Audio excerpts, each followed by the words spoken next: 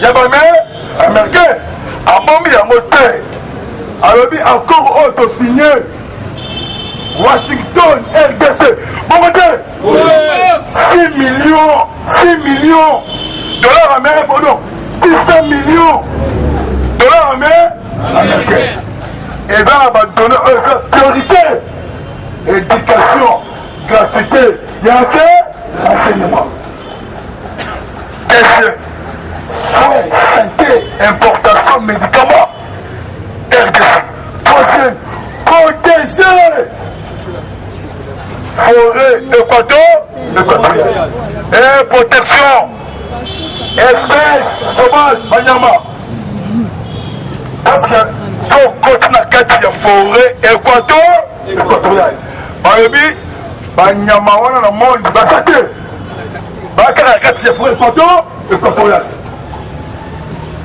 il est viva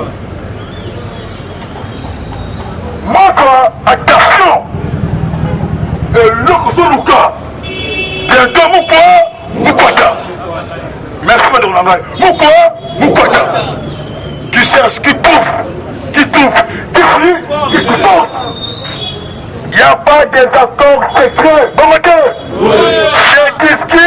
c'est discussion comment pour assurer yo c'est qui sécurité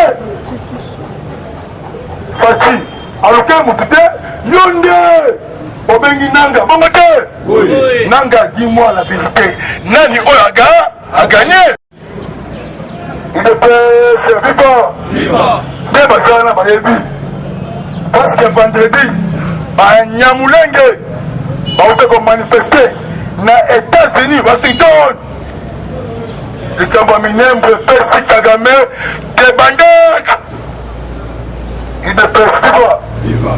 Donc Marc Azukai a dit commandant, il y a opération Sokolade, la belle Dorcus, à Bombi à Moté. Alors tous les bastions, et donc toutes les positions, il y a Adef Nalou, récupéré dans l'armée congolaise. Alors des bandades, Nangambo, Yabamou, Bamuna. Sikoyo, Adef Nalou, a une infiltration na population. Nous avons même awa.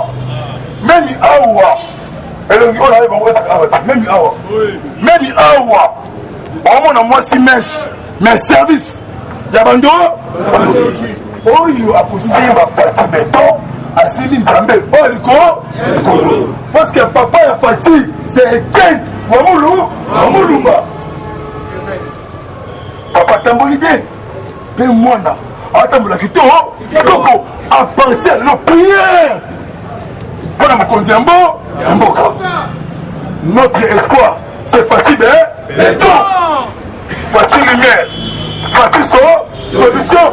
Mec Amer. Avant bien monter cette semaine, opération militaire. Montant bimatel.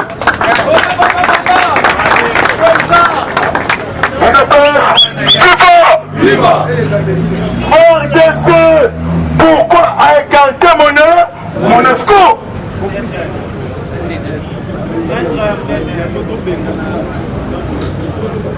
Il ne peut pas. Viva! Mais, normalement, on peut aller avant. Parce que ça va intellectuel. Parce que mon esco a adopté plusieurs raisons de gestion. Attends, mon côté, et va ça.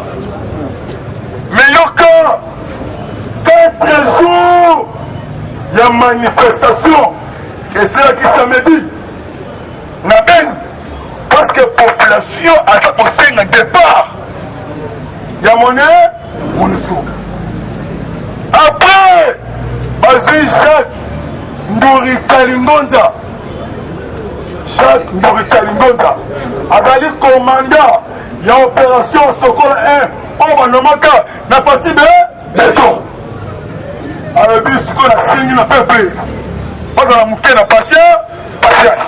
Deux ans déjà, na planification conjointe pour neutraliser tous les forces négatives. Yoka Kobima, Il y a Charlie Jacques Mourim, Charlie Donza, il est best. Viva! Avec but de Canibole. Monesco, à Ozana Sima, il y a Fardé, Moutfort mené opération militaire. Ils allaient Fardé, ce qu'on dit Monesco, beaucoup de bisous, la base, logistique et service, renseignement militaire. Monesco Yebi, son Congo, c'est Kimian, Oni, Monesco, na Congo Abou, Dia, Colbat, Iranium, Minéré, Moyabima, Isati. Il est pas viva. D'abord la baie, semaine wana, frère de Saboma qui était la baie. Mawande toujours. Mon coco mon aïe, Mama Sara. Oh Robin, n'a comme la bassi, Mama Sara. Deuxième, Moshe Wakazi. Mais, comme faire d'essai, Zagitoa, mon coquimi, va le jouer à moi. Balandali boye, bamoni rebelle à son solo, là, qu'est-ce que bleu, n'anglais. Il est peur, mon frère, Tovunga. Si tu peux instaurer état de toi. Mon Dieu, parce que moi, quand on est au Timsika, ceux qui fatiguent mes potes, et Katani Mike, dans la maître mère, à Tamali, Allemagne, Grande-Bretagne, toujours force militaire. Somoni na télé 50 samedi, comme on a. Papa, sois médical, ça, et c'est que, on t'était, on s'en a, il est bête. Tu vois, Bana ya Tchambou, à partir de l'eau, Lissou, tu connais lui? Lissou. Et Funa, Lukunga, Namo, Mwamba. Madame la ministre va s'iliter, chaque jour va montrer ma stratégie. Mais tout est possible, parce qu'elle fatigue bientôt invité la Chine pour rencontrer le président chinois.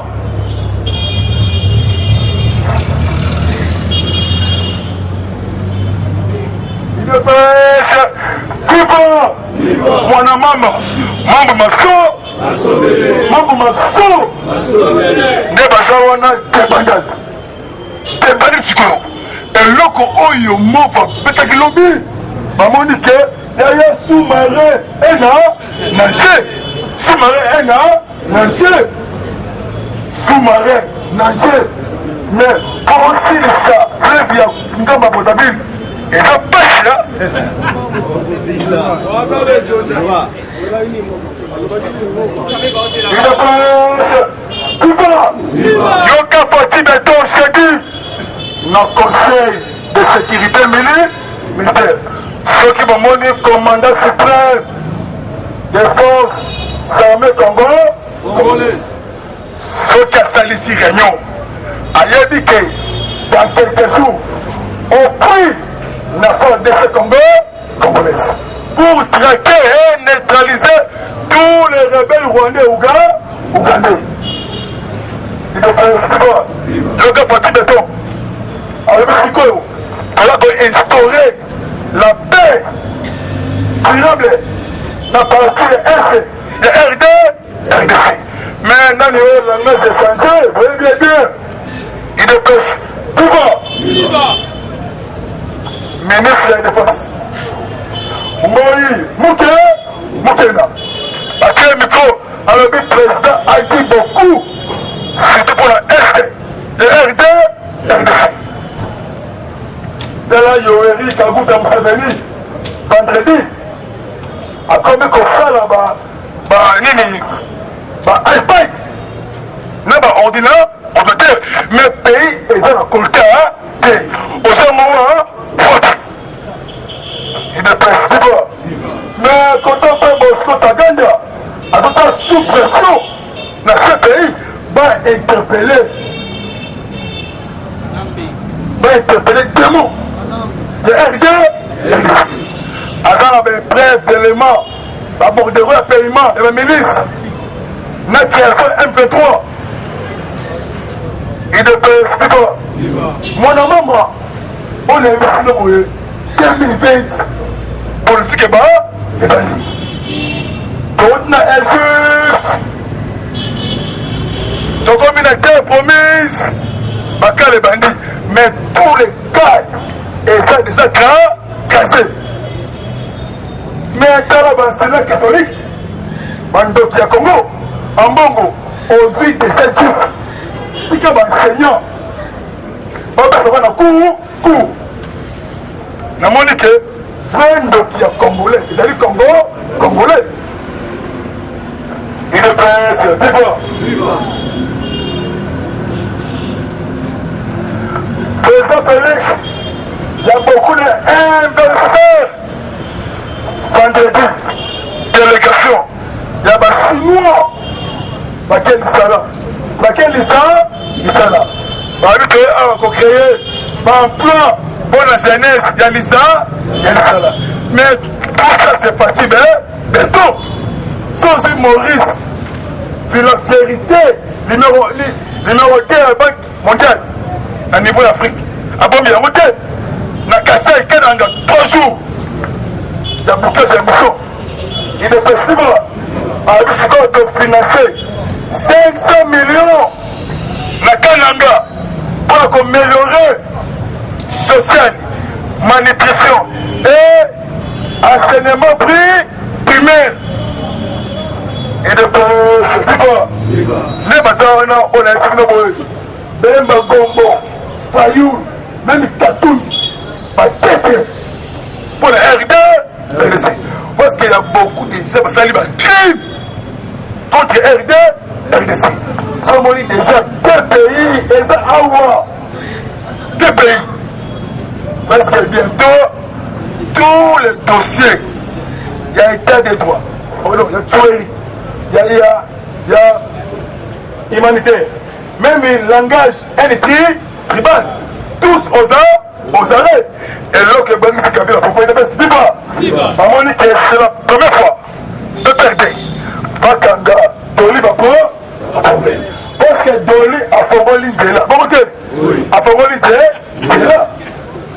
N'a pas dit. A formé l'Inzela.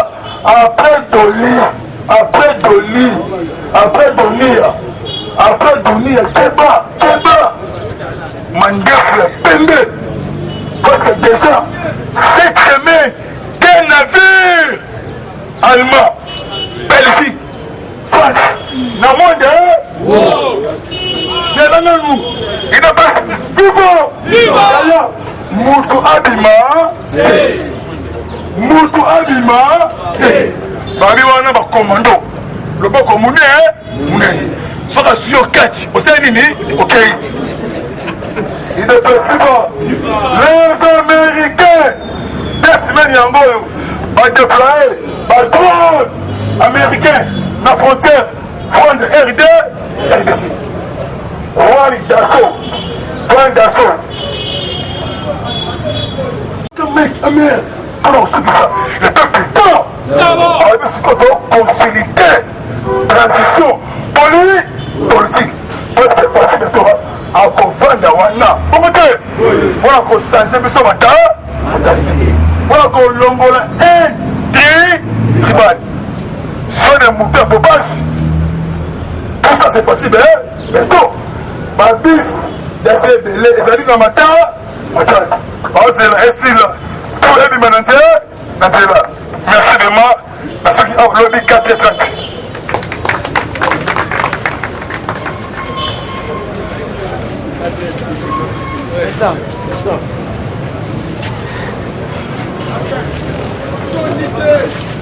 Ça pour le lobby 3 heures.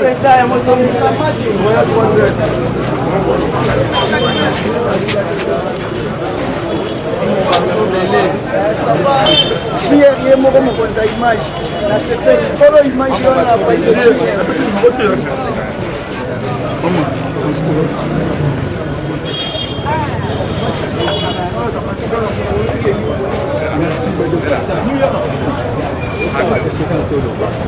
Beton. Na sengi na bino boye soutenir Fatih Beton na niveau ya diaspora. Il y a besoin numéro, c'est simple. Plus 243 552 89 30. Bon, Sungabiso, Eponi Moutouté, même en Kinshasa, même en Asie, même en Amérique, même en Europe, même en Afrique, même partout. Bon, Sungabiso dans sonorisation, bon, Sungabiso dans moi et le bon, Sungabiso dans mon téléphone, et au sein de Moussa, le peuple congolais. Na sengi na bino, Ozali Mungala, Ozali Congo, Ozali Moulouba, Ozali Congo, Congolais. Fati Béton, solution.